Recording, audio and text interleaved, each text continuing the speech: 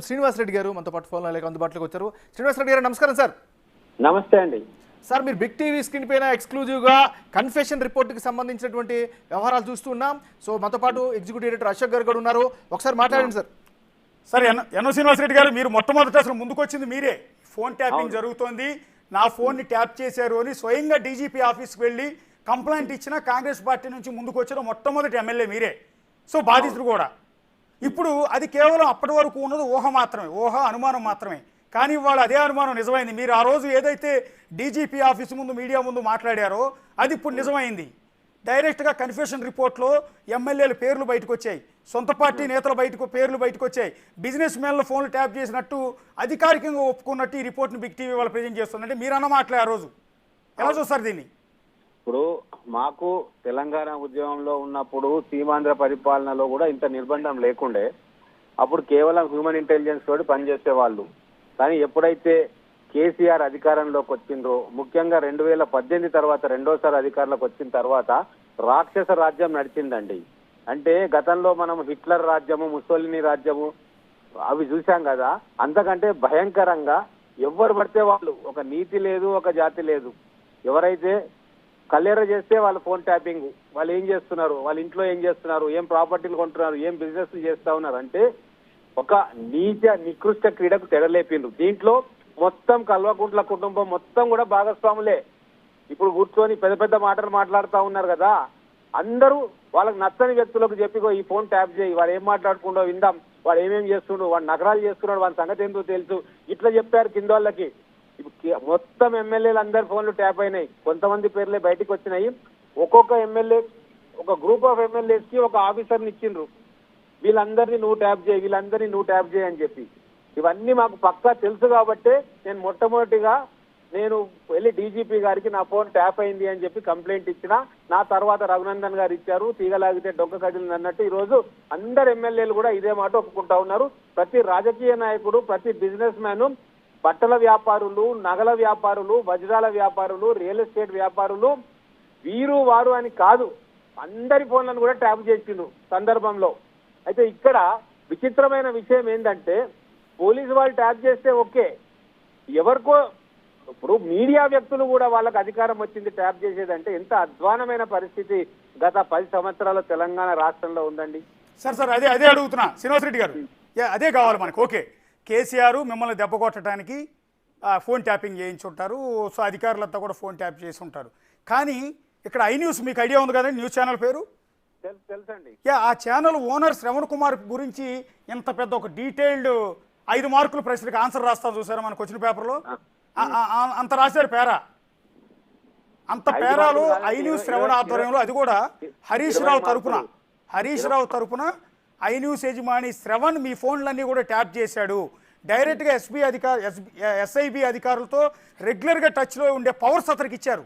ఒక private channel యజమానికి, ఒక ప్రైవేట్ వ్యక్తికి గవర్నమెంట్ అధికారులతో డైరెక్ట్ యాక్సెస్ ఇచ్చారు. ఇక్కడ మీ entire NM Srinivasa Reddy phone number తీసుకెళ్ళి ఇస్తాడు, ఏ టైంలో మీ ఫోన్ ట్యాప్ చేయాలి. లేకపోతే ఎన్ఎం శ్రీనివాసరెడ్డికి సంబంధించిన బంధువులు ఎవరో ఉంటారు, అతను ఫోన్ నెంబర్ తీసుకెళ్ళి ఇతనే ఇస్తాడు, ఈ ట్యాప్ చేసి ఆ రిపోర్ట్ నాకు ఇవ్వంటాడు. ఆ రిపోర్ట్ నా తర్వాత అది కేసీఆర్కి చేరుస్తాడా, హరీష్ రావు చేరుస్తాడా అని తర్వాత విషయం. ఇట్లా ఒక ప్రైవేట్ టీవీ ఛానల్ యజమాని చొరబడటం, ఆధిపత్యాన్ని ప్రదర్శించడం, ఎదుటోళ్ళ జీవితాలతో ఆటలాడుకోవటం, ఎట్లా చూస్తారు ఇది? ఇప్పుడు నేను ఆ రోజు కూడా మొట్టమొదటిసారిగా ఎమ్మెల్సీ నవీన్ కుమార్ గారి పాత్ర గురించి మొదటిసారి ప్రెస్ కాన్ఫరెన్స్ పెట్టి నేనే చెప్పాను, గాంధీ భవన్ లో పెట్టినాను.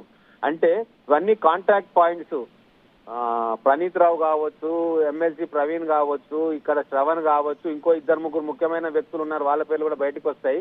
వాళ్ళకి ఇన్ఫర్మేషన్ ఇస్తే వాళ్ళు ఈ పోలీస్ ఆఫీసర్లతోటి వీళ్ళందరితోటి కూడా టైఅప్ అయిపోయి ఇవ్వాల్సిన అక్కర్లే, వాట్సాప్ లో నెంబర్లు పంపిస్తే ట్యాప్ అయ్యి ఆ రికార్డ్ వచ్చేస్తుంది వాళ్ళకు. మా జిల్లాలో ఒక ప్రముఖమైన వ్యక్తి ఇంటికి వెళ్ళి అప్పుడున్న మాజీ మంత్రి ఫోన్ రికార్డ్ వినిపించిండు. అక్కడనే ఫోన్ చేశాడు ఎవరికో, ఇగో వీళ్ళ రికార్డింగ్ చేసి వినిపి అంటే ఆ రికార్డింగ్ ఆయనకు వచ్చింది సెల్ ఫోన్ కి, వినిపించారు. అంటే అంత విచ్చలవిడిగా కేవలం కల్వకుంట్ల కుటుంబం కాదు, అప్పుడున్న కొంతమంది మంత్రులకు కూడా యాక్సెస్ ఉండేది ఈ ఆఫీసర్లతోటి కానీ, ఇటువంటి శ్రవణ్ లాంటి వాళ్ళతోటి కానీ. కాబట్టే ఎవరికి ఎక్కడ బాధ కలిగినా కూడా ఫోన్ ట్యాపింగ్ చేసి వాళ్ళ గుట్టుముట్లు తీసుకొని ఆ రోజు ఒక విచ్చలవిడిగా పరిపాలన చేసిండు. కాబట్టే వీళ్ళందరినీ కూడా విచారించాల్సిన బాధ్యత ఈ రోజు కాంగ్రెస్ ప్రభుత్వం మీద ఉంది. ఎందుకంటే 75 సంవత్సరాలైంది మనకు స్వాతంత్రం వచ్చి. ఎన్నో రాష్ట్రాల్లో ప్రభుత్వాలు వచ్చినాయి పోయినాయి, ఎంతో మంది నాయకులు ముఖ్యమంత్రులు అయ్యిండ్రు వెళ్ళిపోయినరు, కానీ ఇంత ఘోరంగా వ్యక్తిగత స్వేచ్ఛను హననం చేస్తూ ప్రజాస్వామ్యాన్ని కూడా బొందలో పెట్టి పాతరేసిన చరిత్ర భారతదేశ స్వతంత్ర భారతంలో ఇది మొట్టమొదటిది, ఇదే చివరిది కావాలని చెప్పి మాలాంటి వాళ్ళు ప్రజాస్వామ్యవాదులు ఆకాంక్షిస్తున్నారు. కాబట్టి ఆ రోజు మొదటి అడుగు నేనేసి కంప్లైంట్ ఇచ్చినా ఖచ్చితంగా హరీష్ రావు గారు ఉంటే హరీష్ రావు గారిని లోపలేయాలి, సంతోష్ రావు గారు ఉంటే సంతోష్ రావు గారిని లోపలేయాలి, ఎవడున్నా సరే మంత్రులు ఉంటే మంత్రులను లోపలేయాలి.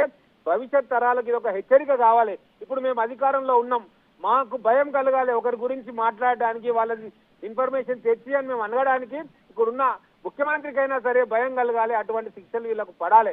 ఎందుకంటే ప్రజాస్వామ్యంలో ప్రజాస్వామ్యుల హక్కుల పరిరక్షణ కంటే ఇంకో పెద్ద పని ఉండదు.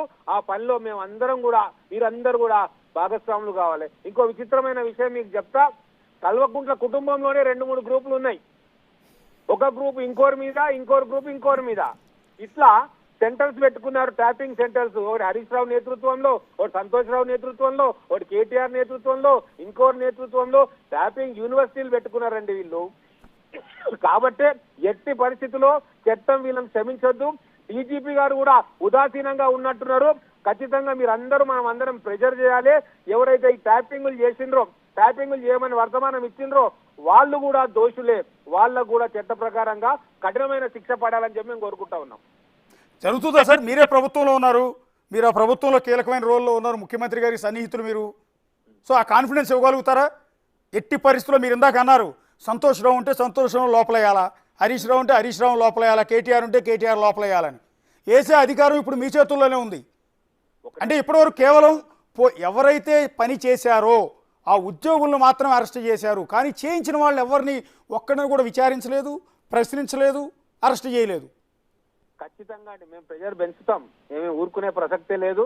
పార్టీలకు అతీతంగా మేము అందరం కూడా ఏకమైతా ఉన్నాం. రఘునందన్ గారు, మేము ఉద్యమకారులం ఉన్నామో, తెలంగాణ కోసం పోరాటం చేసి అన్ని త్యాగాలు చేస్తామో, మా బాధ్యత ఇది.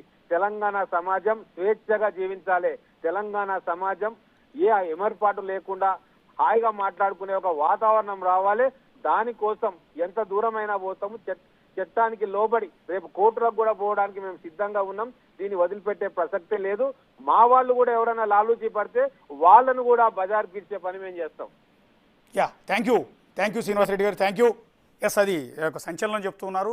ఈవెన్ ఇప్పుడు ఆరోపణలు ఎదుర్కొంటున్న బీఆర్ఎస్ నేతలు మాత్రమే కాదు, ఈవెన్ కాంగ్రెస్ వాళ్ళు ఎవరన్నా కూడా కొల్యూడ్ అయ్యి ఉంటే వాళ్ళ మీద వాళ్ళని కూడా కేసులు నమోదు చేసి లోపలేస్తాం అనేది శ్రీనివాస్ రెడ్డి గారు క్లియర్గా చెప్తున్నారు. ఇక్కడ ఎస్, ఐ న్యూస్ శ్రవణ్ గురించి మాట్లాడుతున్నాం. ఇప్పుడు ఎన్ఎం శ్రీనివాస్ రెడ్డి కూడా తప్పట్టారు, ఎందుకంటే ఆయన కూడా డీజీపీ కంప్లైంట్ ఇచ్చినప్పుడు ఒక టీవీ ఛానల్ ఐ న్యూస్ యజమాని మీద సీరియస్ యాక్షన్ తీసుకోవాలి, అతను కీలక